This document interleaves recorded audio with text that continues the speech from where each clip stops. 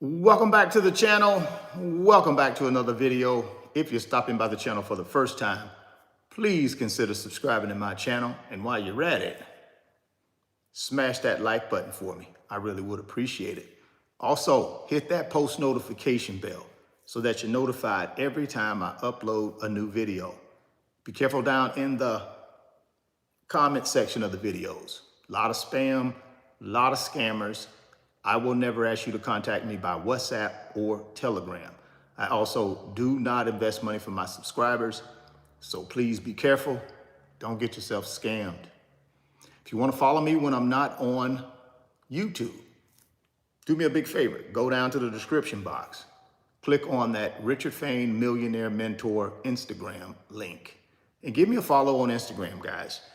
And then send me a DM to let me know you're rocking with me. I really would appreciate that. Trying to get my brand new Instagram page up to about 7,500 followers by the end of July. And I need y'all's help to do that. So if you would be so kind, and if you do the Instagram thing, give me a follow. Now, if you go over to my Instagram page, you'll see I'm active. I put up reels and talk about financial freedom, and I show a little bit of my lifestyle, the house, the cars. So if you're interested in just keeping up with me when I'm not on YouTube, then, give me a follow on Instagram, man. And like I said, send me a DM to say hello and let me know you're there. And so I can say thank you. I appreciate that. www.richardfain.net. That's the new website. You guys asked for it. I delivered it. 200,000 of you guys have already been over to the website to check it out. Hundreds of you guys have purchased digital products to help you get to your pot of gold at the end of the rainbow. So thank you very much for that. Second link down in the description box. Go click on the website link. Go check it out. You might be able to find some digital products that can help you collapse time frames and get to your pot of gold faster, guys. That's the whole concept, right? I don't know. Go check it out. Do me that big favor. And then while you're there, consider joining the private mentorship club. All you got to do is click on the membership or the join button through the website. Get yourself over to the Patreon page, and there you go. Sign up and become part of this fast-growing financial community we have on Patreon. I'm loving it. And, some of the things we do over there, we have a live community chat that a lot of folks participate in. We have daily posts by yours truly, Richard Fain, since I'm the creator of the community.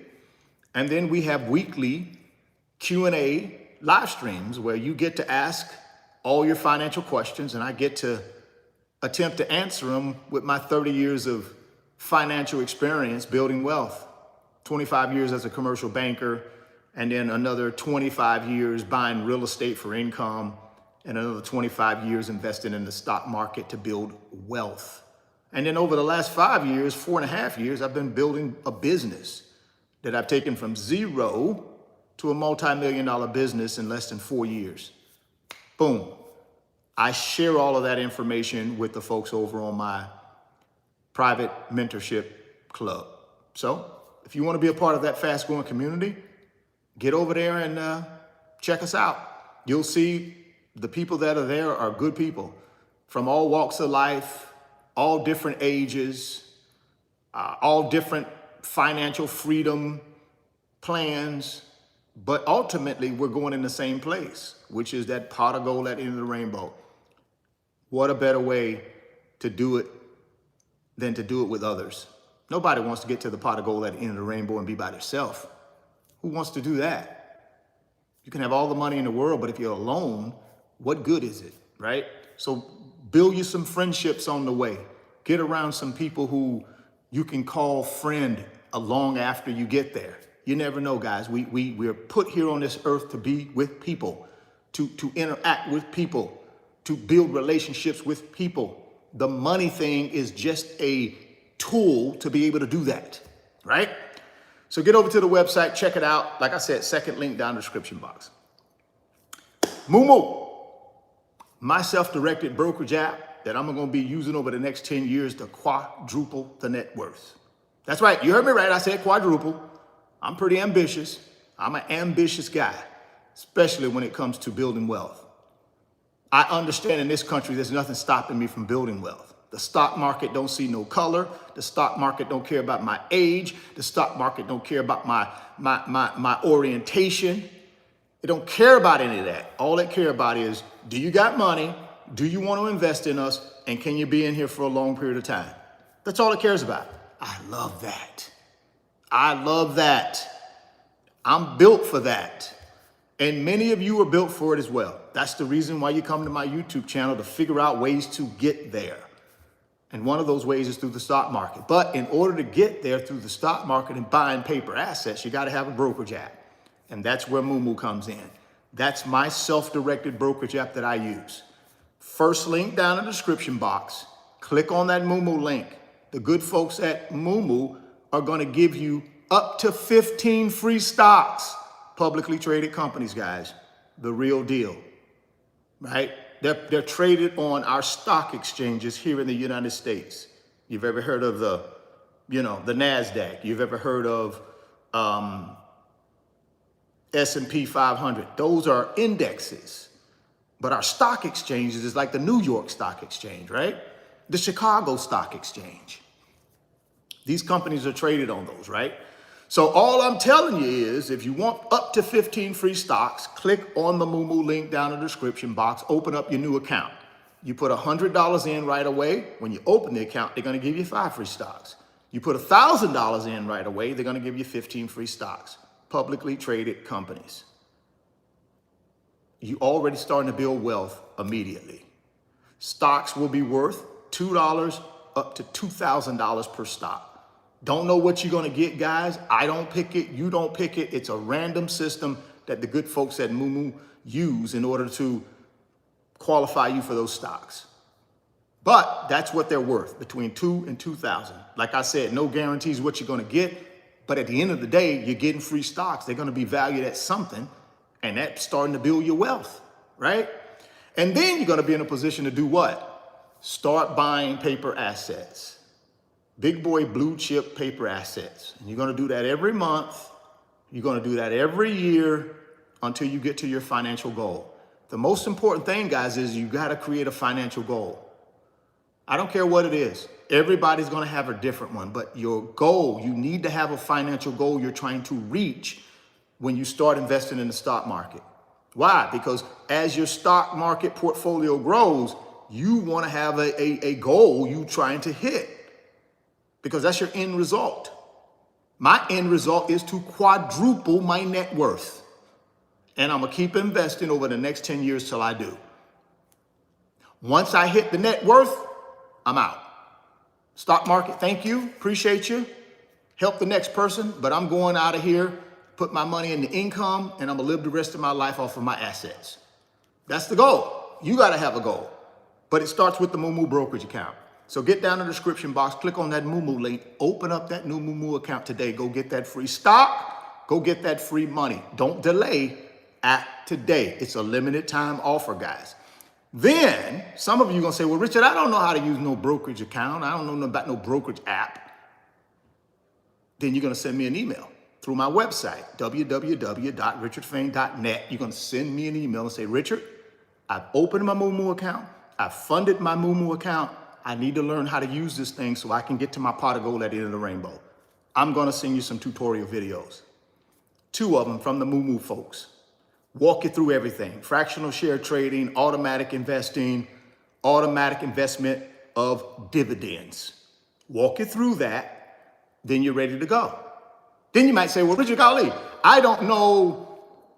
I have no idea how to, what I'm going to invest in. Guess what I'm going to do then? I'm going to also send you 2 videos that I've done that'll walk you through all my investments. I'm going to walk you through all my investments. And then you get to decide if you want to copy my plan or not. You don't have to, but you can. Right? All right. So that's all you got to do, guys. And then you're ready to go. Well, let's dive on in. Let's get on into this meat and potatoes today. So let me set the stage for you. Federal Reserve Chairman Jerome Powell. Periodically, he goes to Capitol Hill. to Congress. He goes up to Congress and he sits down with the House of Representatives, then he'll sit down with the Senate and talk them through what's going on, right? What's going on with interest rates? What's going on with the housing market? What's going on with the economy? What's going on with the labor market, right? What's going on with GDP? He will walk them through kind of what's going on. Now, a lot of y'all might say, well, Richard, what?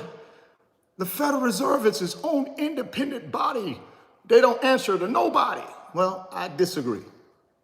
Congress has oversight of the Federal Reserve. That doesn't mean the Federal Reserve has to answer to Congress, but they do have oversight. So periodically, the Federal Reserve Chairman, Jerome Powell, has to go to Capitol Hill and tell them what's going on. He goes to the House of Representatives one day, and then the next day he goes to the Senate. Okay? That's the way it works. So here's the deal. He's doing that right now. This is his last day of doing it, right?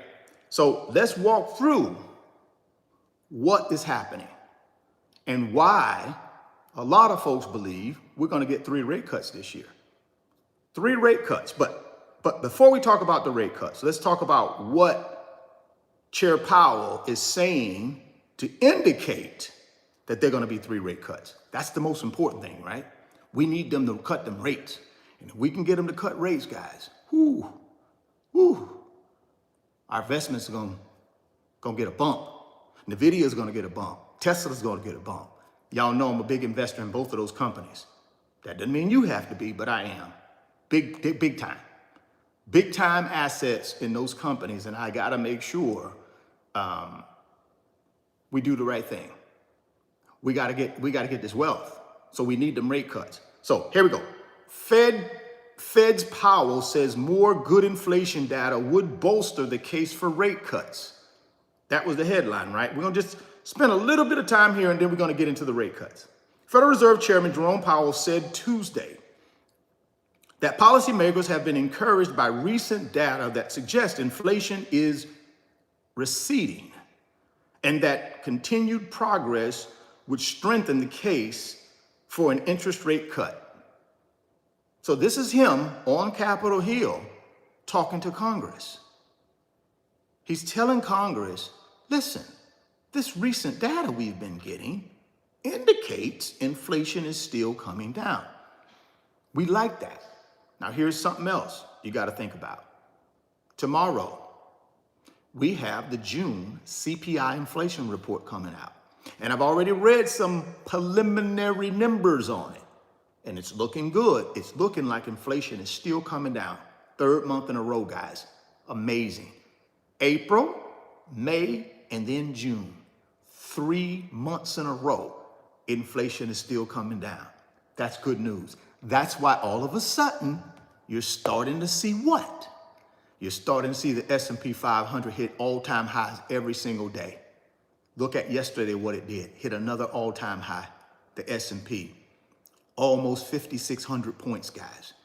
Remember I told y'all a few weeks ago, there were people saying that the S&P is going to get to 6,000 points this year.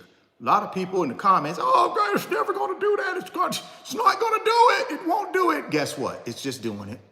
That's all. It's just doing it. It's continuing to go higher every day. It's going higher. Looked at this morning, looks what's going on with Nvidia. It's back in the 130s, guys. Like I told you it would. I'm telling you what's coming now. So you can sit here and not do anything, but I'm telling you what's coming. August 28th, or somewhere in that neighborhood, August 28th, August 21st, when they have that Q2 earnings report comes out, Nvidia, everything changes.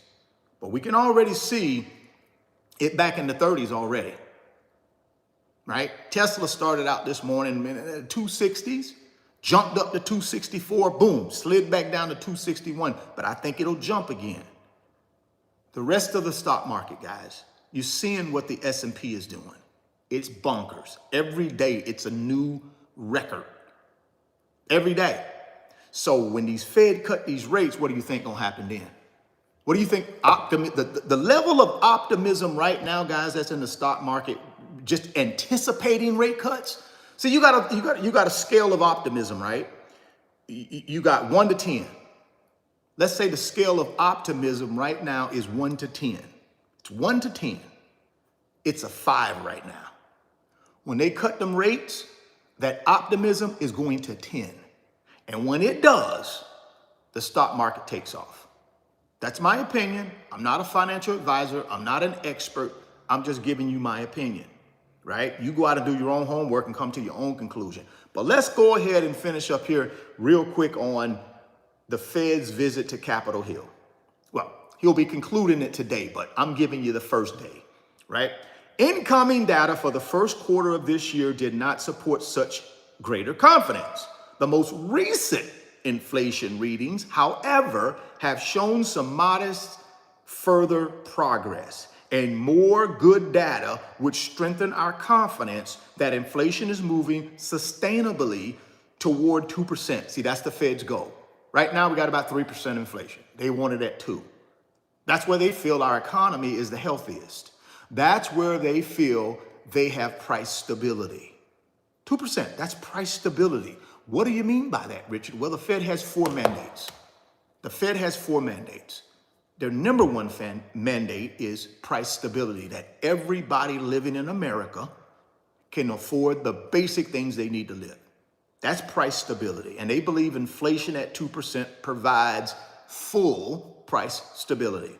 What's their second mandate, Richard? To maximize employment. Everybody who wants a job has one. What they don't want is everybody who wants a job has 3. They don't want that. They don't want 3 options for every candidate. They want 1 option for every candidate. That's maximizing employment. The third thing they do is regulate banks, right? They make sure banks are healthy. They regulate our banking system. The fourth thing they do is they run and monitor our payment systems in this country, our payment systems. So those are some of the things that they do and they report on when they go to Capitol Hill, right? So he's in Capitol Hill and he's telling these Congress people, right? These people who we elected, he's telling them what's going on. So here's what he says. He says this: the most recent inflation readings, however, have shown some modest further progress and more good data, which strengthen our confidence that inflation is moving sustainably towards 2%. Powell said in remarks prepared for testimony before the Senate Banking Committee. See what I'm trying to tell you? See, I told you. They regulate the banking system. So he's talking to who? The Senate Banking Committee. He's talking to these people, telling them what's going on. That's part of their job. Why? Because the Congress oversees the Fed. That don't mean they got to report to Congress. They oversee them. Everybody, guys, has somebody they report to. There ain't no, oh, I don't report to anybody. I just do my own thing. No, that's not how it works in our government. They report to somebody, and that would be Congress, right? Congress can't make them do nothing, but they have to report to somebody is what I'm saying, guys, right? And that's, like I told you, that's Congress. The Fed chief is on Capitol Hill, first of 2 days of his semi-annual monetary policy testimony. They call it a testimony. See, so it ain't like he's going there and he worked for them. He don't work for them. But by law, twice a year, he has to go there and give a testimony, whatever that means, right? Semi-annually, twice a year, he goes to Capitol Hill for 2 days and he gives them a testimony. He tells them what's going on in these 4 areas I told you that they are responsible for. So guess what? Day 1 was Tuesday. He spent time with the Senate Banking Committee. And then on Wednesday, it says right here, he's slated to appear before the House Financial Services Committee on Wednesday. So the House of Representatives has a committee, and then the Senate has a committee. He spends 1 day apiece with each one of them, right? For me, guys, I like that Because I don't want anybody out there free-willing it on their own, right? I like that. Powell also said officials are trying to balance the risk between cutting interest rates too soon, which risks setting off inflation again, or waiting too long to cut rates, which could weigh on the economy and possibly trigger a recession. So that's the tightrope. And this is what they call soft landing. You guys may have heard of that before. Soft landing. When you're talking about the Fed and the economy and rates, inflation, we want a soft landing. What is a soft landing? A soft landing is where we can bring inflation down to 2% and not throw the economy into a recession. That's a soft landing. That's the perfect world for the Fed. Bring inflation down to 2% and continue to grow the economy by 2%. That's the soft landing that they're trying to pull off. And they got a dang on good shot of doing it. Therefore, they have to make sure when they start reducing these rates, they don't upset that soft landing. It becomes what? A hard landing. You don't want the soft landing to turn into a hard landing, because a hard landing means something breaks. We get thrown into a recession or inflation goes back through the roof. That's a hard landing. We don't want that. We want a soft landing. So he's on Capitol Hill trying to explain to these folks, this is what we're trying to accomplish to get the soft landing. But you got to be careful. You really got to be careful, because if you keep them rates too high, too long, you will throw us into a recession. And why? Because you can start seeing signs of it already, and we'll get to that in a second. We're starting to see signs of that already, right? So gotta be careful. In light of progress made both lowering inflation and cooling the labor market over the past 2 years, elevated inflation is not the only risk we face, he said. Reducing policy restraint too late or too little could unduly weaken economic activity and employment. So it's a tightrope act, that soft landing, right? Officials voted at their most recent meeting in May to hold interest rates steady at a range of 5.25% to 5.5%, the highest level since 2001. Although policymakers left the door open to cut rates later this year, in their post-meeting statement, they also stressed the need for greater confidence that inflation is coming down before easing. So that's what the Fed chair is up to, right? He's up to making his semi-annual rounds, taking himself up to Capitol Hill, and just doing his testimony, telling Congress, telling the House of Representatives through their various committees what's happening and what he can foresee. Now, if you noticed, the stock market took that information from Tuesday's hearing or testimony when he said, hey, things looking good. Maybe we cut these rates sooner. Stock market took that and ran with it. That's why you saw all-time high in the S&P again yesterday. If good news comes out of today's meeting with the House, guess what you're going to see? Another all-time high in the S&P. Why do I keep mentioning the S&P? Because, guys, that represents the broader stock market. That's the broader stock market. That's the top 500 companies in America. Every industry, every sector. And it's hitting all-time highs dang on near every day. So what do you think is going to happen when they start reducing rates? Like I told you, you got this, you got this enthusiasm scale. We're at a 5. We're at a 5 right now, guys. And you see what the stock market is doing at a 5. It's killing it. What do you think it's going to do when we get these rates cut? It's going to take it to a 10. From a 1 to 10, we're at a 5 right now. And look what the market is doing. When we get to 10, can somebody say 6,000 point S&P 500? That's what I think. I think we go to 6,000. I think we go to 6,000. I think we go to 6,000. Now, here's what the market is saying about the 3 rate cuts. And only reason I say the market, guys, because that's what's important.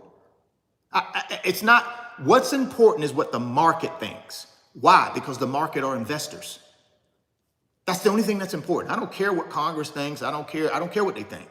What I care as an investor who has his money in companies, only thing I care about is what investors think.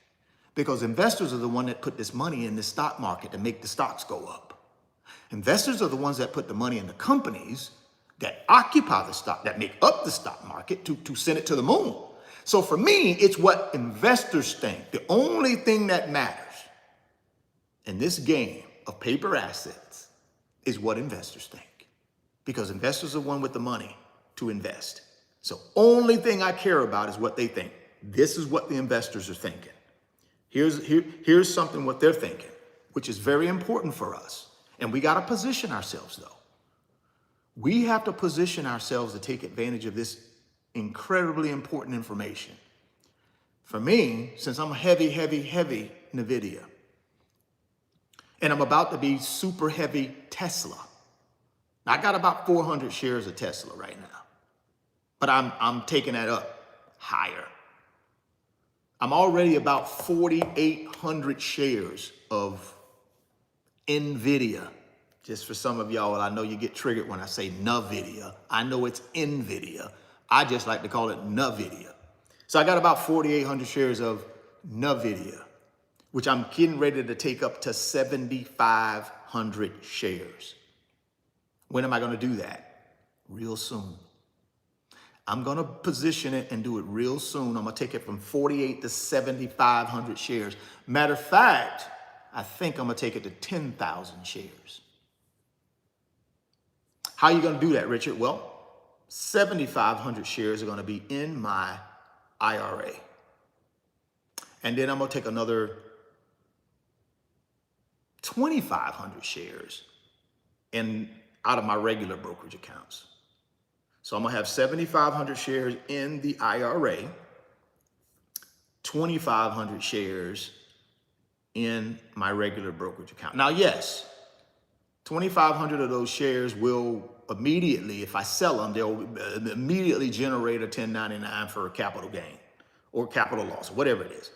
I'm saying gain. I don't worry about loss. That's not in my vocabulary. I don't worry about that, right? Words are powerful. So I got to watch what I say. I don't want to speak something negative into existence. Words are powerful. So my gain, I'm going to have 2,500 in my regular brokerage account. So when the gain comes, I'm going to generate a 1099 automatically, but I don't plan on selling anytime soon. So I shouldn't be generating anything anytime soon because I don't plan on selling anytime soon. I plan on holding this thing 3 to 5 to 10 years if I need to. So I got 7,500 in the IRA. Why do I do that? Because I want the tax deferred down the road. I want the tax deferred down the road until they force me to start using the money through required minimum distributions. Now, I ain't getting into all that, guys. Go to the internet and type that in. What's a required minimum distribution on an IRA account? Go type that into Google. It'll tell you what it is. But that's why I'm purchasing so heavy in the IRA so that I don't have to ever worry about paying the taxes on it until they force me to way down the road, maybe in my 70s. And then when they do force me to take distributions, I'm going to take the minimum I have to take, which at that point, I plan on being in about a 15% tax bracket. So I don't have to worry about that. Because really that money is not really for me. That money is really to be passed on to my children. So that's why the bulk of the investment is done in the IRA. So that down the road somewhere, they can figure out the taxes down the road. I ain't got to worry about it, right? The 2,500 shares I am buying in the regular brokerage account because I'm going to use that money. That'll be the first dollars I use, right? So that's where my plan is, to get to about 10,000 shares of Nvidia. And then I'm probably going to be about 2,000 shares of Tesla, 2,000 to 2,500 shares of Tesla. And then obviously I have my other investments, which are in SPLG, S&P 500 ETF, FTEC, Information Technology ETF, and then the Mag 7, right? So just full disclosure, I'm heavy. That's why I talk about Nvidia a lot. I think it is one of the great companies. I think it's an Apple back in the early days of Apple. I think it's an Amazon back in the early days of Amazon. When people who believed in it, jumped in it, rode that thing till the wheels fell off of it and became millionaires, some billionaires. Right now, Nvidia has created about 34 billionaires, but I think they're just at the beginning. On that scale of 1 to 10, where 1 being a small publicly traded company and 10 being the best of all time, Nvidia is about a 5. So they got 5 up to 10 to go, and that's the leg I'm on. I missed the first leg. I missed the leg from 1 to 5. I missed that leg. Didn't know anything about Nvidia until really 2021, 22 is when I started hearing about it. Didn't know anything about them before then. So I missed the first wave of billionaires, but I'm gonna be on the second wave. Now I'm not gonna get to no billion. I'm not gonna tell that lie, but I plan on being a multimillionaire in this stock. But I'm on the second leg of it. 5 to 10, 10 being one of the greatest companies ever known to man, which I think it will end up there in the long run. That's my opinion. You don't have to believe that. Believe whatever you want to believe. This is an opinion channel. I'm telling you what I believe. I'm not telling you I'm some financial advisor, I'm some analyst, I'm some guru. I'm not. I'm just a regular guy who believes in the company, looked at the numbers, loved the story, love where they're positioned in this AI revolution at the front. I just love it. And I'm willing to put my money where my mouth is. I'm not one of these guys that's afraid to take a risk as long as I believe the risk is calculated and it could pay off big time for me. Now, I'm not gonna put all my eggs in one basket. That's why I got other investments out there. But I'm gonna put a lot of eggs in this basket. And I've already told you, basically 10,000 eggs. That's what I'm gonna have at the end of the day, and I'm stopped. 10,000 eggs in the Nvidia basket, that's it. And then I'm gonna have about 2,500 eggs in the Tesla basket. And then all the rest of my little stuff that I do, right? So let's move on. That's why I just wanted to give you that little, why I'm so focused on this. And again, this is not trying to convince you to be focused on it, but on my YouTube channel, this is what I do, guys. If you've been following me from day one, like Mr. Organic would say, from the seed, right? Like Mr. Organic would say, if you've been following me from the seed, I love Mr. Organic. He's just a riot. I love him. He's a riot. I laugh. I have a good time with him. Let me tell you something. I don't watch a lot of YouTube. The way this guy marketed himself and sold himself out of zero, I can remember when the dude was in the basement of somebody's house when he was living in Minnesota, and all of a sudden, boom. Listen, y'all could like him or not like him, but you gotta respect the hustle. I don't care if you like him or not, you gotta respect the entrepreneurial hustle, man. You got to respect that. So, nevertheless, from the seed, right? I wanna make sure I'm doing what I need to do in order to get where I need to get. I gotta quadruple that net worth. So I've given you guys why I'm so heavy on Nvidia. Not that you need to be heavy on it, but why I'm heavy on it. And I'm gonna stay on it. And I'm telling you, with these rate cuts that's coming, game changer. I'm just telling you guys, game changer. I still believe before the end of this year, $200 a share on Nvidia stock. That's my prediction. At least $200 per share. Right now, it's about $133 the last time I looked at it. I still predict $200 a share by the end of this year. I think they got two more earnings reports that are gonna come out in 24, guys. They got Q2 and they got Q3. I'm telling you guys, I'm telling you, heavyweights. Every time I look around, I was reading a report earlier this morning that another analyst came out and gave them a 180 price target. There have been people, there are a couple of them out there that have gave them a 200 price target. There's one out there that gave them a 250 price target. So I don't know. Again, I don't have a crystal ball. All I can do is do my homework, trust the gut, go get it. Right? Scared money don't make no money. Scared money, y'all, I didn't say scared, I said scared. Scared money don't make no money. See, I'm from the South. I'm down here in the deep South. That's how we talk down here. Scared money don't make no money. Just think about that. Some of y'all think about that. Scared money don't make no money. Can't be scared, guys. Can't be scared. If you want to change something really, really, really drastic in your financial life, you can't be scared. You got to get past the scared, because on the other side of scared is wealth. So if you can get through scared, you can get to some wealth. Let's go. Here we go. Here why we think the 3 cuts are coming. Suddenly, there's talk of 3 Fed rate cuts this year. Since perhaps February, the Federal Reserve's rate makers have been adamant that data and only data will guide when the central bank starts to cut rates. With inflation being sticky at around something under 3% a year and the Fed goal of achieving 2% annual inflation, the conventional wisdom was there might be 1, maybe 2 cuts in 24. A few central bankers have suggested there was no need to cut rates in 24. See, this was the sentiment about a week ago, 2 weeks ago, 3 weeks ago. That's what you heard flying around, right? But now, there's talk that rate cuts may come sooner rather than later, and there could be as many as 3 this year. 2 rate cuts seem to be more likely, possibly, but 3 is starting to make the most sense, according to 2 investing experts. It's all about risk management.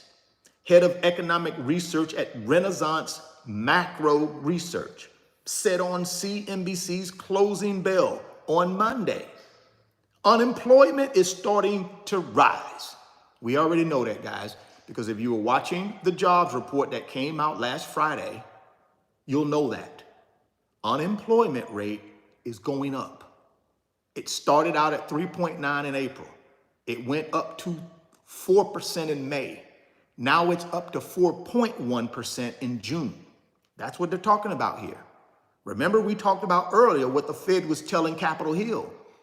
We're starting to see the labor market weaken. When we see the labor market weaken, we start seeing the economy contract. What do you mean the economy is contracting? The economy is great. Oh, not necessarily, guys. We finished up 2023 with a GDP of over 3%. Guess where we are today? Guess where we are right now on GDP? Way under 2%. Let's say about 1.5% for the first 6 months. That's GDP. It was 3%. It was about 3.4% in 23. So in 24, first half, in the rearview mirror, we're 1.5% GDP. That would be called a contraction. That would be called a decrease. Not that good in math, but 3.4 is higher than 1.5. The little bit of math I did pay attention to, I can figure that one out. Don't have to be a Harvard mathematician to do that. 3.4, better GDP than 1.5 GDP. So you got GDP coming down, which means the economy is slowing down. It's contracting. And you got unemployment rate going up. Those are 2 things you don't want in the same sentence. That spells what? Or equals what? A weakening labor market, a slowing economy equals recession. So guess what?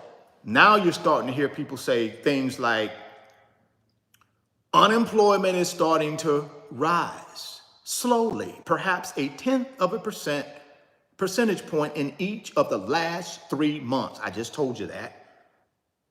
This is what the experts said. And inflation is falling and likely to continue to fall. Check this one out, though. This is one y'all ain't been on your radar. You need to start paying attention to. Bankruptcies. Check this out. Bankruptcies, whether business or personal, are rising. See, these are things we don't really look at, guys. When you start seeing people filing bankruptcy personally and businesses filing bankruptcy, that's telling you something. Something's broke. And the only way to fix it, in my opinion, is lowering interest rates, right? So you're starting to see weakening labor market. I've already told you, not measured in jobs added to the economy, measured in unemployment rate going up. And then you're also starting to see GDP weaken. Still not in negative territory, which technically 2 quarters of negative GDP is technically a recession. We're not there yet, but we're headed there. So you better do something, Fed, or it's going to be on your watch, Chair Powell. It's going to be on your watch if we get thrown into a recession. It's going to be y'all's fault because you had all the ability in the world to reduce these rates to stop it. That's why people believe we're going to get 3. No, they don't want that pressure on them, right? There's overwhelming data to support a decrease in rates. Bankruptcies are up. Labor market weakening. Economy, GDP weakening. Just saying. And there's nothing that says the Fed should wait to be absolutely certain. He said inflation is slipping. Stock market gains are increasingly the result of gains of fewer and few stocks. So what he's saying right there is all of this FOMO and optimism you're seeing in the stock market doesn't necessarily represent the broader stock market. He's saying it's a few companies that's doing this. And he could be right. Obviously, the tech industry, the Magnificent Seven, are a big part of it. All the semis in the AI industry, the AI revolution, all the semis are pushing this thing. And that's what he's saying. He's saying it's not every company that's doing well. There's a sector of companies called the tech sector that are really pushing the envelope. Think about it. First 6 months, S&P 500, 15% return. Guess how much of that return was connected to Nvidia? 1/3 of it. So if we're on a 100% scale, more than 30% of that 15% is dedicated to Nvidia's growth. That's what the guy is saying, right? He's saying stock market gains. He's saying stock market gains are increasingly the result of gains from fewer and fewer stocks. It's not a good thing, guys. Right? If we want all companies to participate, you got to reduce rates so that they can go borrow money cheap and invest it in growth. Everybody don't have a balance sheet flush with cash like Nvidia or the rest of the semis or the rest of the Magnificent Seven. They don't.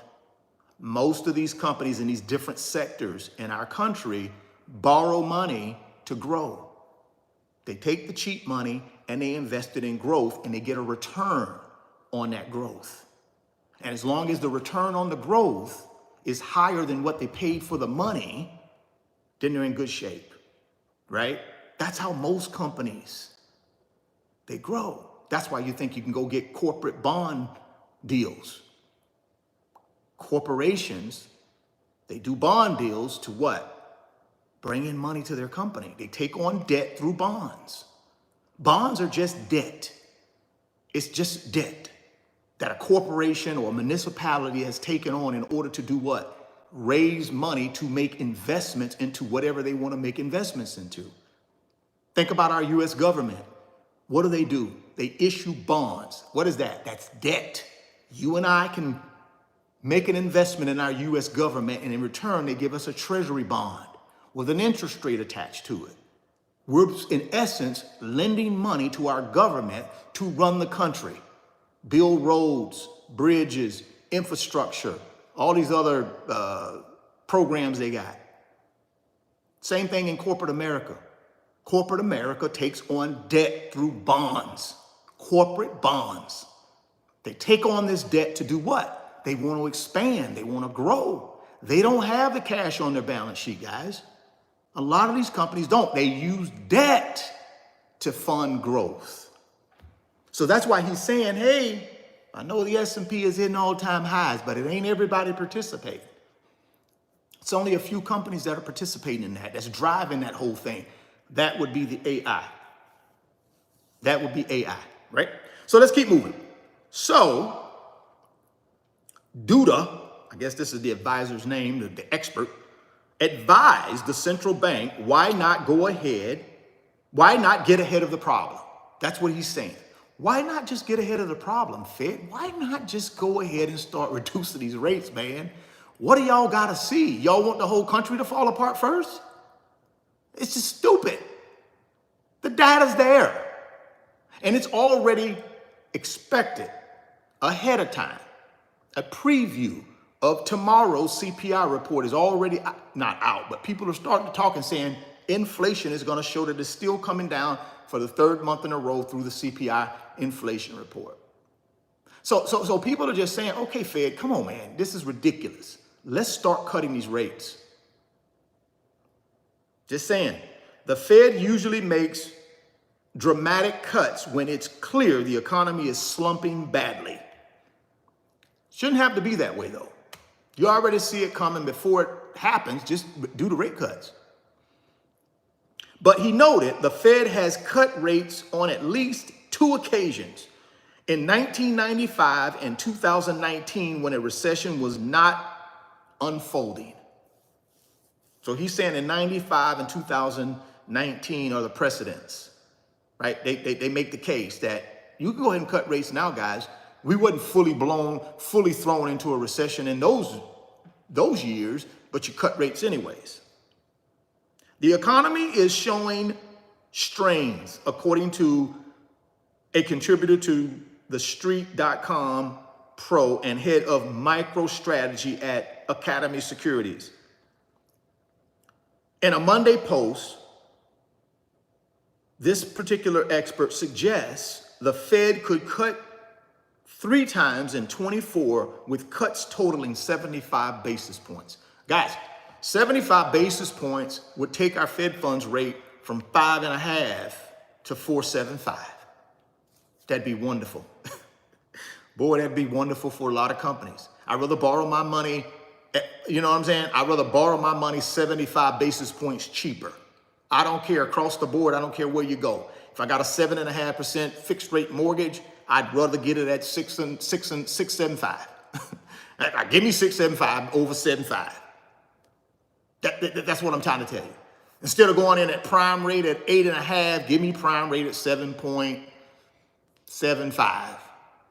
75 basis points is huge. And then guess what? Followed by another 5 rate cuts in 25. Now we're talking. Now we're starting to get investment going again. Companies are starting to be able to borrow money, take out corporate debt through bonds, take that money, invest it into their companies and invest it into growth. That does what? They get a return on that growth, and what happens to the stock price? Goes up. As companies become more revenue driven, they manage their expenses, they have bigger profits. In turn, what happens? They reward us as shareholders. When you got big corporate profits and you're paying a dividend, you reward your shareholders through giving them some of that profit. That's what a dividend is, guys. When corporations have profits, there is no dividend if you ain't got no profits. Dividends are simply profits generated by companies, and companies decide to share some of those profits with their shareholders. That's what a dividend is, period. But if it ain't no profit, ain't no dividends. And if it is dividends, then they're taking it out of past profits, not current profits. And at some point, there ain't no past profits and you got to shut off the dividend or you reduce it. That's why some of y'all might have seen, over the last several years, your dividend go down. You know why? Because the company who is paying the dividend is not that profitable anymore, or the profit margins have went down. So cutting interest rates will allow these companies to take on corporate debt at a reasonable rate and then take that money, put it into growth, and get a return on the growth higher than the debt, what the debt costs them. That's how most companies borrow money and grow, guys. Like I told you, most companies are not the Magnificent Seven with all these billions and billions and billions and billions of dollars on their balance sheet. They don't have it. They don't have it. That's why I was reading to you guys, bankruptcies are up. Personal and business, they're up. So I think the case for rate cuts is a dang on good one. It's a dang on good one.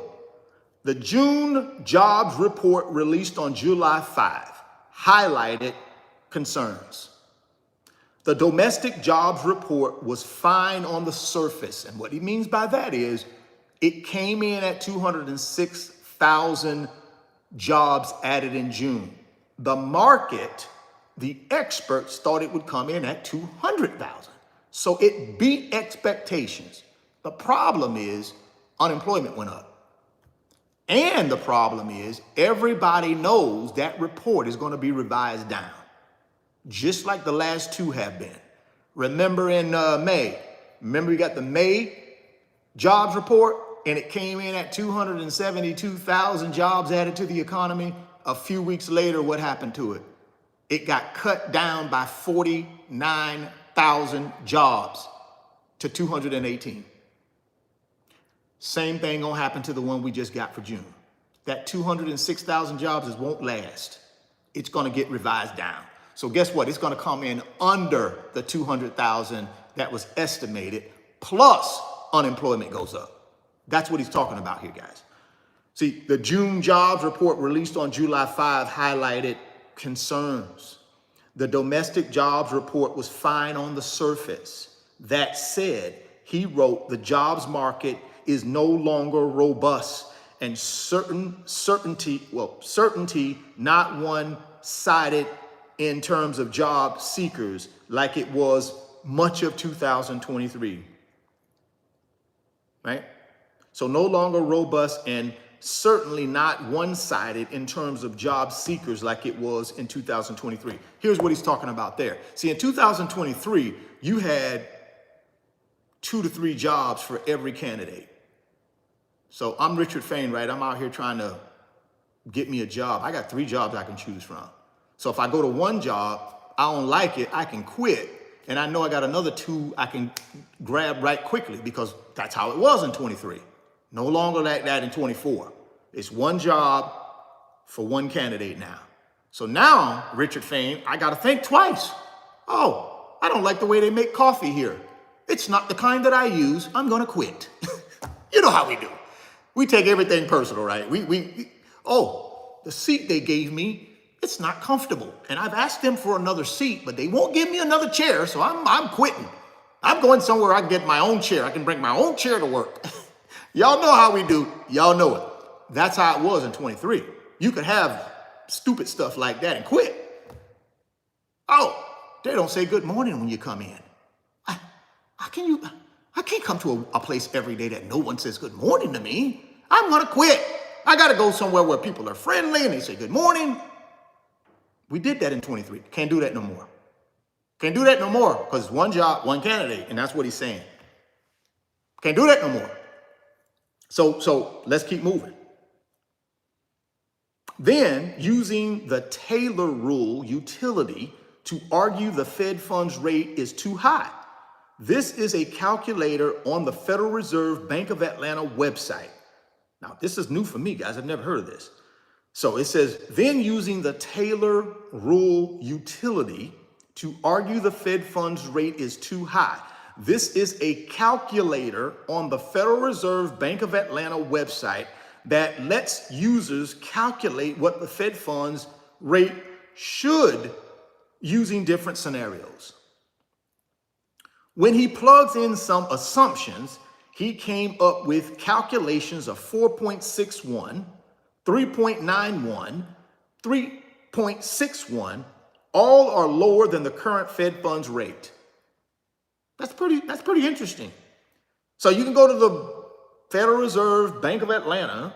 You can go to their website, go to Google, type in Federal Reserve Bank of Atlanta, and then they will take you to their website, and they got a Fed funds rate calculator. And you can throw in all type of scenarios and come up with your own what the Fed funds rate should be. According to this expert, he did that. He went to the calculator and put in his assumptions.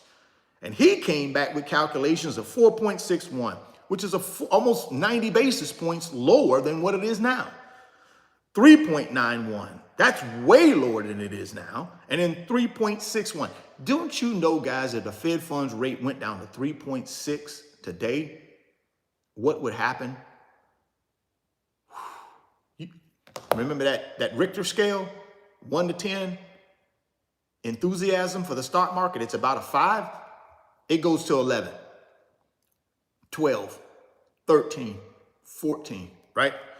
So here we go. Fed Chairman Jerome Powell will testify. We already talked about that, so we don't need to read through that. We've already talked about that. Here's some numbers, though. Here's some numbers. But these analysts are not alone. Many note rising stress levels in the economy. Here are 4 signals. This is interesting right here, guys. 4 signals that they're telling you the Fed should be paying attention to in relation to dropping interest rates. Here's the first one. Bankruptcies were up 28% this year through April. Did you know that? I didn't. Just wasn't on my radar. But this is pretty interesting information, right?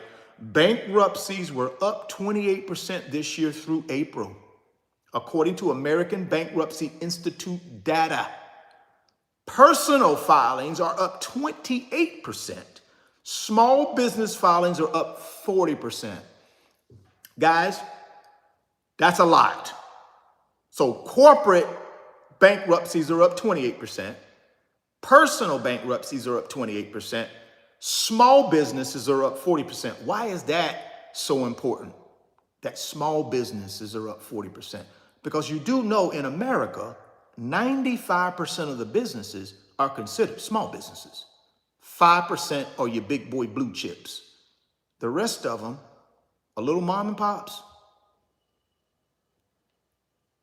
So what constitutes a small business?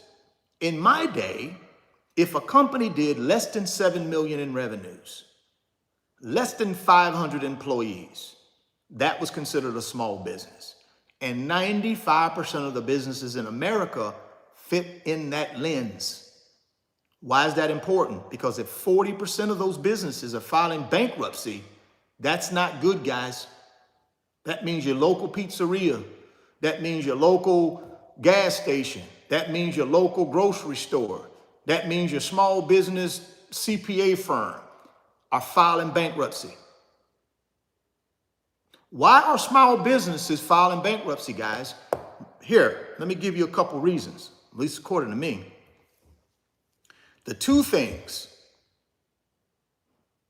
why, the main reason why small businesses fail, 2 reasons. Number 1 is lack of knowledge.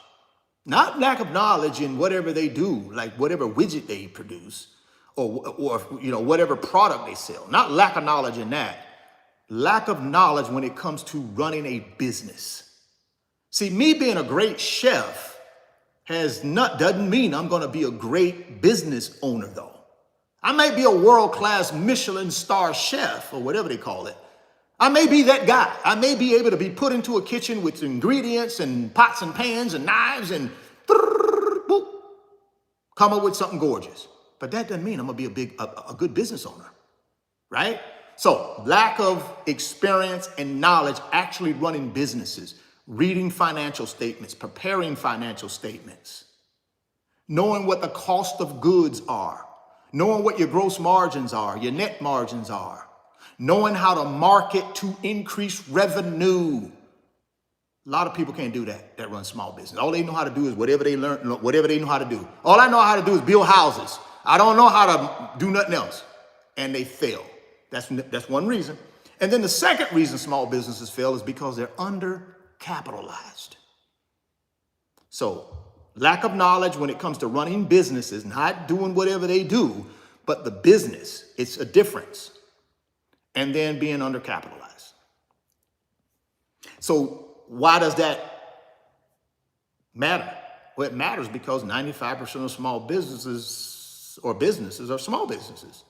And when you got 40% of them this year filing for bankruptcy, that's not good, guys. Because if you think about it, 95% of businesses are small businesses. They play a really, really, really critical role in our economy. Think about it. The folks that come clean my pool, they're not a Fortune 500 company. They're just a regular small business here in my local area I live that are out here trying to make it like all of us, right? Everybody that I use in my daily life are small businesses. Everything I use, I get it from small businesses, especially my services.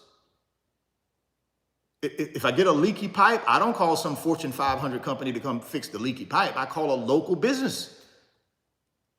If I got an electrical issue, I call a local business. If I got a roof issue, I call a local business. If the air conditioner is broke, I call a local business. 40% of them are filing bankruptcy, guys. This should tell you something, Fed, right? Here's number 2. Payroll growth is slowing, according to the most recent jobs report from the Bureau of Labor Statistics. Payroll growth is slowing. Remember in 23, it was, every report, wages were going up. Not anymore. Starting to slow down. Starting to slow down. Starting to slow down.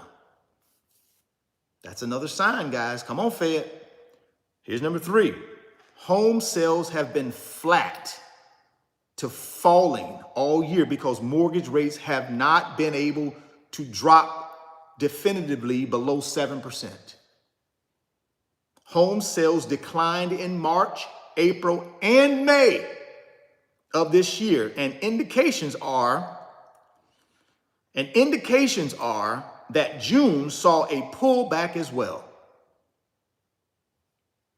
So what they're telling you is transactions. See, don't get it confused with prices. It's transactions. Prices are not dropping. Transactions or sales are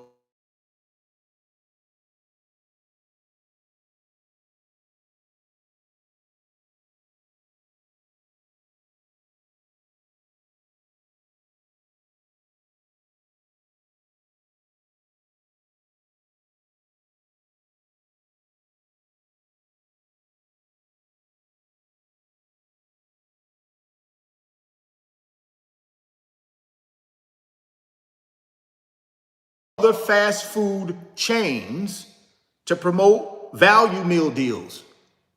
So what they're telling you is even your quick serve restaurants, I'm talking about staples now, staples, McDonald's, Wendy's, all of these guys are seeing a slowdown of traffic in their stores. Go out on the internet and do some research on McDonald's and some of these fast food chains who've been booming. Now they're starting to see traffic, customer traffic slow down. See, McDonald's and some of these other people, they got greedy just like all the rest of these corporations, right? They get greedy. They get greedy. You go in there, you got to pay 18. Now, I don't eat McDonald's, but my daughter, my little 16-year-old, every now and then, she will grab a little nuggets or something like that. I don't eat McDonald's. But when you go in there, you're looking at the menu.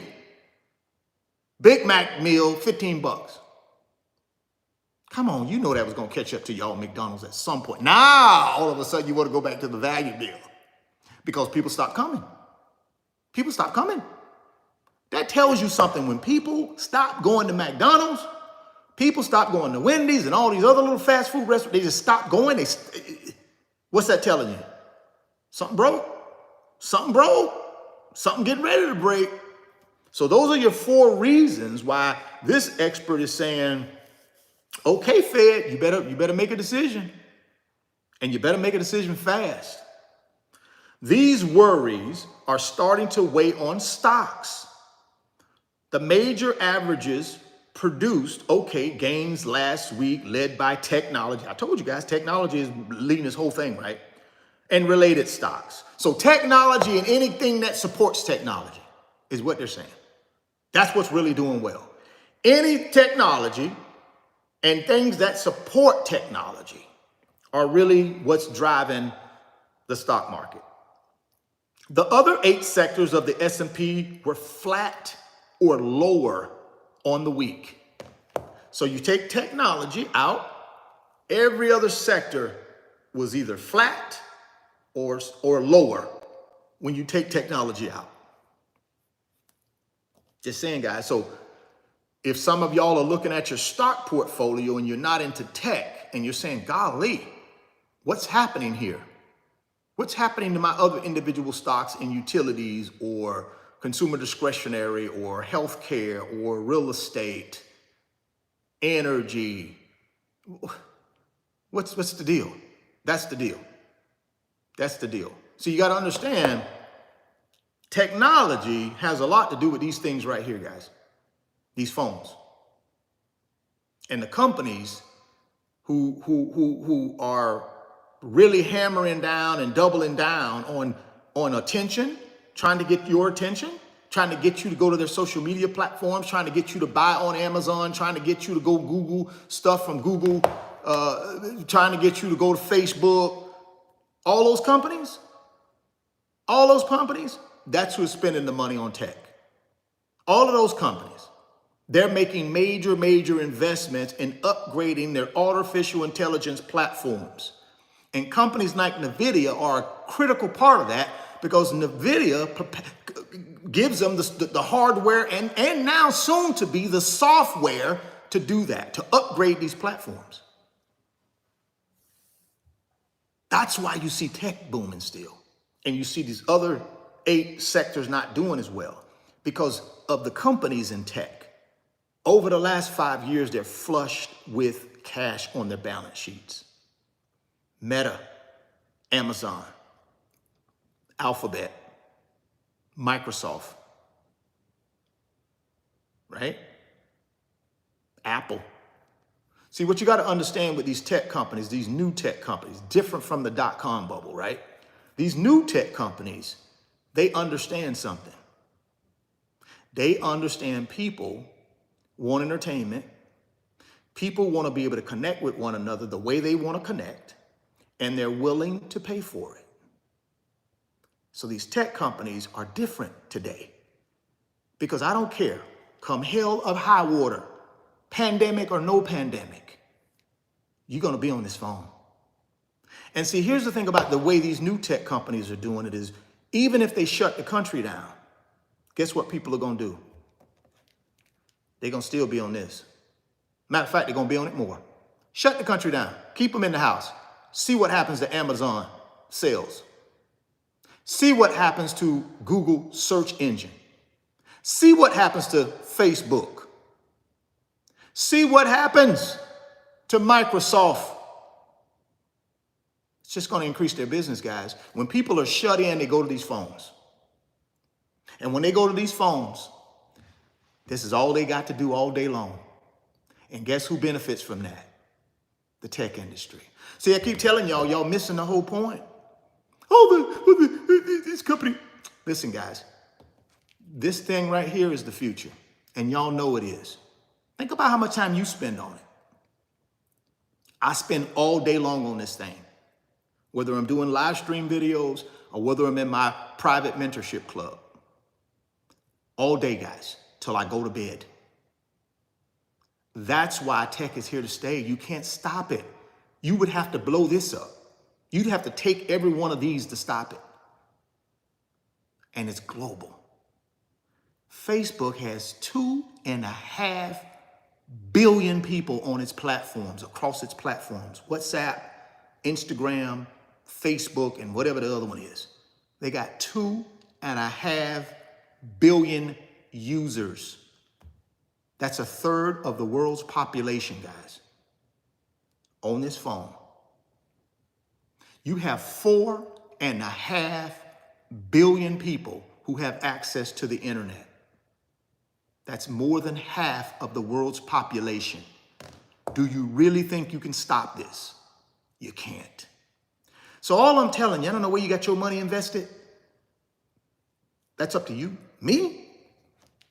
I'm gonna follow this. Wherever this go, I'm going. Because you can't stop this. Can't stop a company like Facebook, man. They got 2.5 billion people on the platform. Do you know how much ad revenue they generate, guys? Why do you think their stock price is $500 a share, man? Damn near. I'm telling you guys, listen, put yourself in position, line yourself up for this success. Get yourself in industries that are the future. That's all I can tell you. Get yourself in industries that are recession-proof. This thing right here, guys, is recession-proof. Think about the pandemic. What happened in the pandemic to Amazon? What happened to Facebook? What happened to Google? What happened to Microsoft?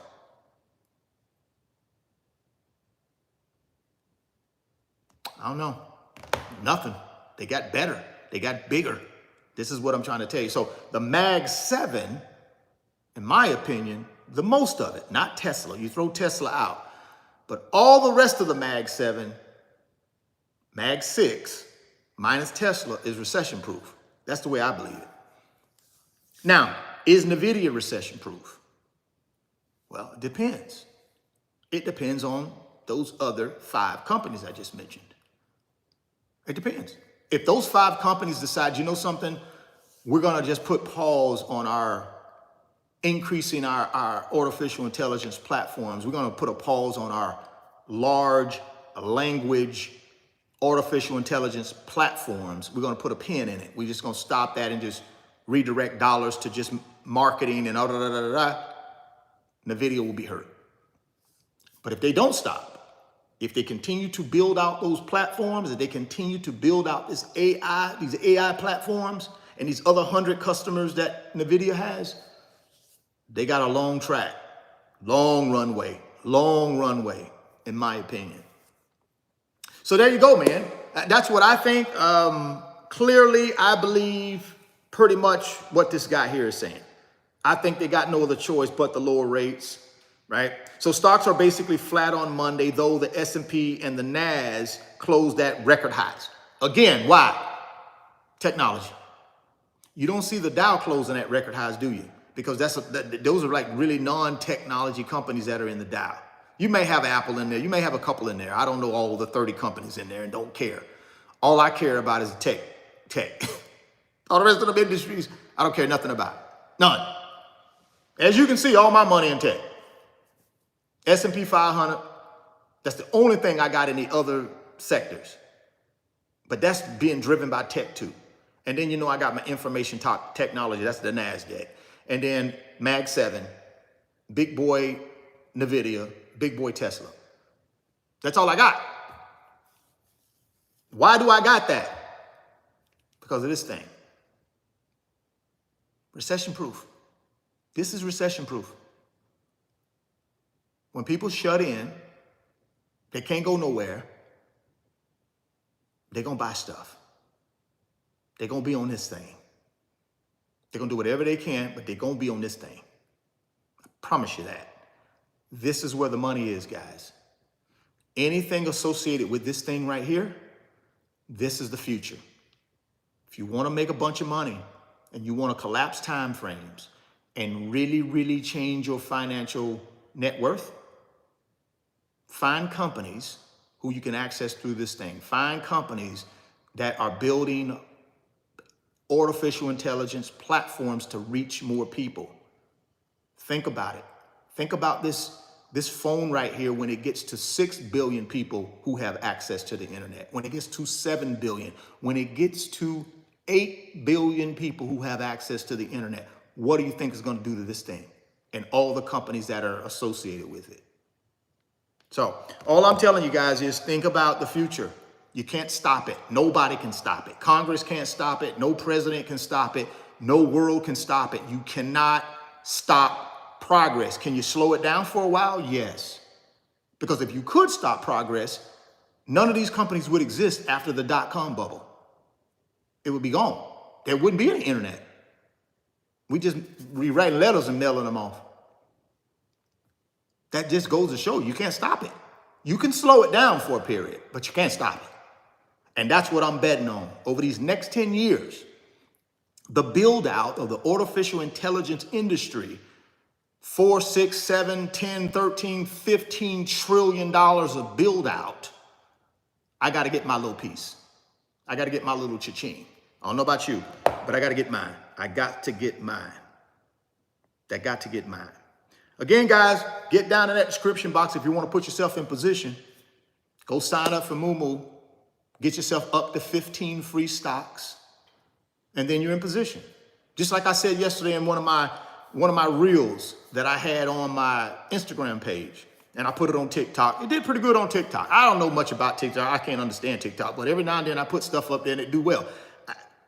I don't understand it, but I put stuff up there, and I kind of get now I'm starting to get the hang of it, guys, because I kind of know how TikTok is starting to work a little bit now. You got to put stuff on there that people, it's sort of like a get rich quick whole thing. It's sort of like a shock kind of system. If you don't shock them, they ain't gonna watch. The algorithm ain't gonna put it out there. You got to kind of shock them, and then the algorithm will put it out there. So that's what I've been doing. I've been just shocking them, right? Take $1,000, turn it into 230,000. You get all kind of views. I was like, boy, this is just pitiful. But that's what you got to do on TikTok, right? So I put a couple things out there, and everybody was, oh, golly, Nvidia, how do you do that? Da, da, da, da. And then I did a live stream last night. Same thing. Guess what? Video did better than my morning live stream. So that tells you what people are looking for, guys. People are looking for, how do I hit the home run? How do I collapse time frames and get to this pot of gold? What's the next big thing? I don't want to miss it. I believe the next big thing is technology. And if you want to be a part of that, you need a brokerage account. If you're going to do it through paper assets, like I'm doing it. I'm doing mine 100% through paper assets, right? And my business, but really paper assets. So you got to get down in the description box, click on the Moomoo link. Now, the good folks at Moomoo are going to give you up to 15 free stocks, publicly traded companies on American stock exchanges. American stock exchanges, like New York Stock Exchange, like Chicago Stock Exchange. And these companies, some of them are going to be in the S&P 500. Some of them might be in the NASDAQ. Some of them might be in the Dow. I don't know. They're randomly picked. But you get 15, up to 15 of them, depending upon how much money you put in the brokerage account. Now you're in business. Now you can decide, okay, I'm going to put $500 a month in here, and I'm going to buy tech. I'm going to put $500 a month in here, and I'm going to buy S&P 500. I'm going to put $500 a month in here, and I'm going to buy information technology. I'm going to put $500 in here, and I'm going to buy Mag 7. And I'm just going to do that month in, month out, till I hit my financial goal. That's all I'm doing, guys. I'm taking a certain amount of money. I'm putting into everything I told you, and I'm going to do that till I quadruple my net worth. And I believe 3 to 5 years with the plan that I have. I'm giving myself 10 now, but I'm being optimistic. Remember, I'm an optimistic guy. I believe words are powerful. So I'm an optimistic guy. In 3 to 5 years, I believe I get there. But if I don't, I still got the 10-year window. So for these next 10 years, mentally, I'm locked in, I'm loaded, I'm investing, I'm keeping my expenses low, I'm earning, and I'm taking what I earn, and I'm putting it into what? This thing. All the companies associated with this thing, because this thing is recession-proof. This thing is recession-proof. And it proved that during the pandemic.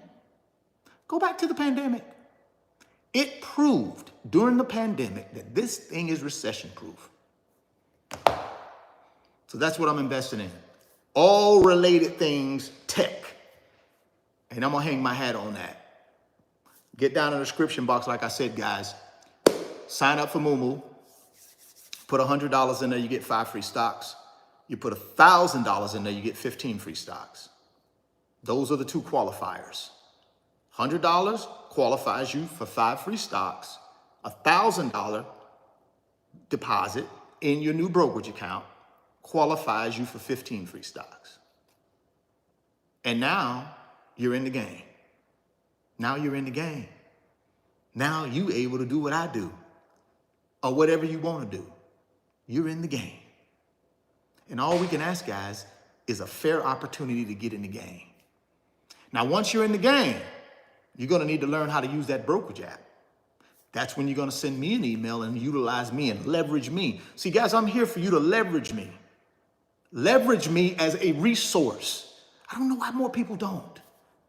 I don't know why more people don't leverage resources. I am a financial resource for you. If you're not leveraging me, why are you watching me? Go watch somebody you're willing to leverage. You should be leveraging me every single day to help you build your wealth. That's why I'm here. So leverage me. Send me an email through my website, www.richardfain.net. Richard, I opened my Moomoo account. I funded it. I'm in the game. But I need you to send me those tutorial videos so that I can learn how to use the Moomoo brokerage app. So I can start buying my favorite industries, my favorite individual stocks, my favorite ETFs.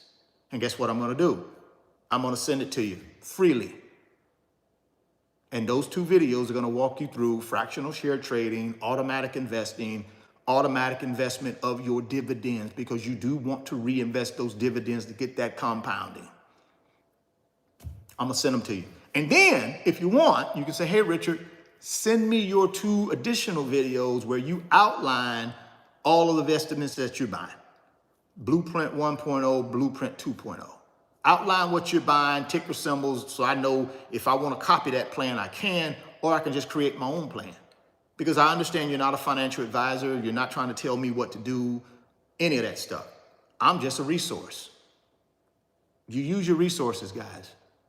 When a resource is free and it tells you to use it, you use it, especially if you're watching its videos.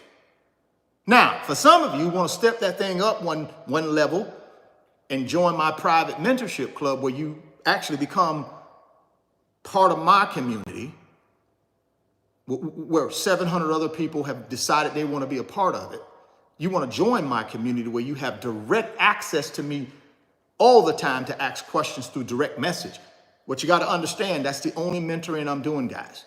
Now, when you send me the Moomoo information and you want the videos, that's all I'm going to send you. It's not, oh, be my mentor and let me ask you these 400 questions. Nope. Nope. It's just sending you the videos, right? Any mentoring you need done, you have to come over to the private mentorship club, because it's not fair to the people who are already dedicated and from a financial standpoint, from a mental standpoint, they're already involved, they're participating. That's where the Q&A and the direct pipeline to me is. It's not through a random email you sent me because I watched one of your videos. Now all of a sudden I want you to answer 100 questions for me.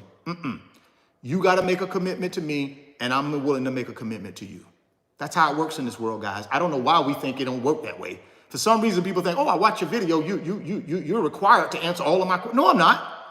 I'm not required to answer nobody's questions. I make YouTube videos.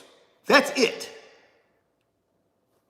I'm not required to follow up and answer nobody's questions because I make YouTube videos. Now, if I say I'm going to do a thing, I'm going to do a thing. Just like I said, you send me the Moomoo information, you've opened your account, you want the videos, I'm going to send that all day long.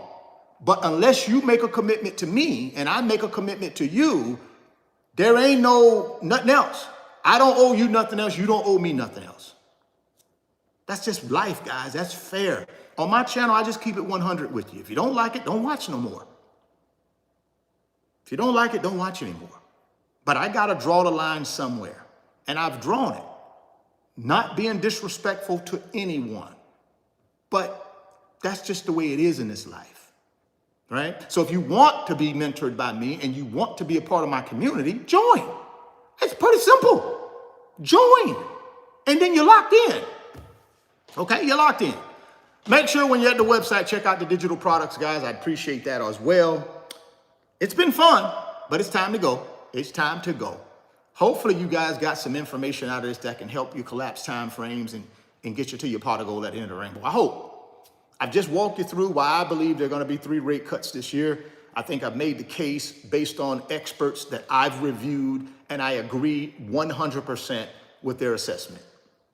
I've told you all of the things that are happening right now, right under our noses, right under the Fed nose, that are saying and screaming recession. You got 40% of small businesses filing bankruptcy this year. 40% increase. 40% increase in small businesses filing bankruptcy in 2024. A 40% increase.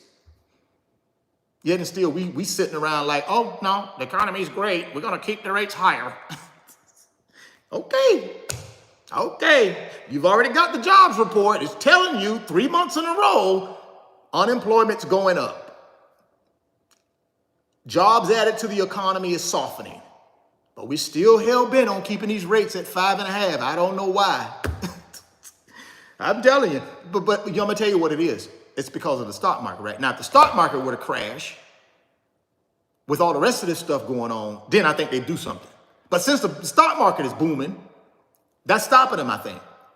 Just my little 2 cents. It may not be true, but I'm giving you my little interpretation, right? My little interpretation. But nevertheless, I'm going to stay resilient. I'm going to stay invested. I'm going to stay alert. I'm going to stay laser focused, and I'm going to get my goal. I'm going to get to a quadruple net worth, I believe, in the next 5 years. Although I got 10 window, I think I can do it in 5 with the setup that I have in paper assets. I think I can.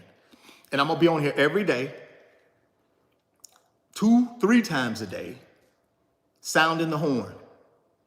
Because everybody that wants to listen to that horn, I want them to understand you can change anything you want in your financial life. It's up to you. There are no restrictions. There are no restraints. Don't make excuses about I don't make enough money. I'm scared of losing my money. I don't know enough. Don't make those excuses, guys. All you got to do is plug in to my channel or other quality channels around YouTube, listen to the information, and just ask yourself, does that make sense? And if your gut, if your intuition says, yes, that makes sense, then follow your gut. Follow your intuition. See, a lot of times if we just quiet enough and we just relax enough and we just tune out the noise, we'll hear that voice. For me, and I don't know about for you, but for me, that's God. That voice that I hear when I'm quiet and I allow myself to let him in to speak to me, he will tell me and guide me. That's what you got to do. If you're a believer, if you're not a believer, whatever you do, maybe you do yoga. Maybe you go do, a round of hot yoga and that clears you up and you can make a decision. I don't know. I don't do hot yoga. I get silent, do a little meditation, and I let the Lord speak to me. I don't know what you do, and that's okay, because you ain't got to do what I do, but you better do something. You better put yourself in a position to make some decisions in your life, man, because this thing is not going to stop. And I hate for you to look back 10 years from now and on this period of time and say, something, I watched this guy on YouTube, and I just never executed. I just actually sat there and watched him on a day-to-day basis or every other day or once a week, and he made sense, but my fear got in the way. My pride got in the way. I didn't think I made enough. I didn't think I knew enough. I certainly didn't want to lose my little money that I had in the bank. I didn't want to lose that. I don't know what I do. Don't let that get in your way, guys. Please don't. That's the trick of the enemy. That's the trick of the 1%, the matrix. That's where they want you. They want you scared, thinking, I don't make enough money. I don't know enough. I don't want to lose the money. They want you there. Because see, when they got you there, guys, they control you. You're dependent on them. They don't want you independent, outside of their control. They don't want that. I don't want that. And I'm going to tell you that every day on this channel. As long as I got breath in my body and sound mind and I'm able to do it and YouTube don't kick me off, I'm going to tell you that. They do not want you to be independent. They want you to be dependent.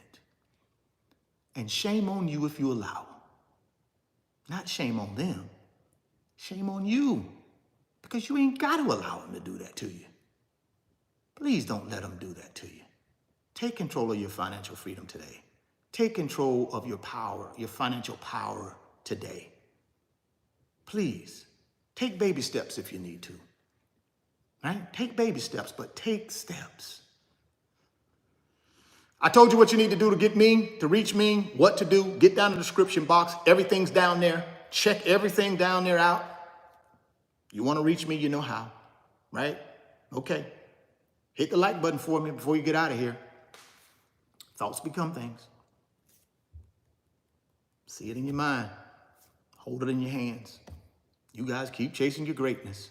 Never, never, never, never, never stop believing in yourself. Stay healthy. Get wealthy. See y'all on the next one. Peace.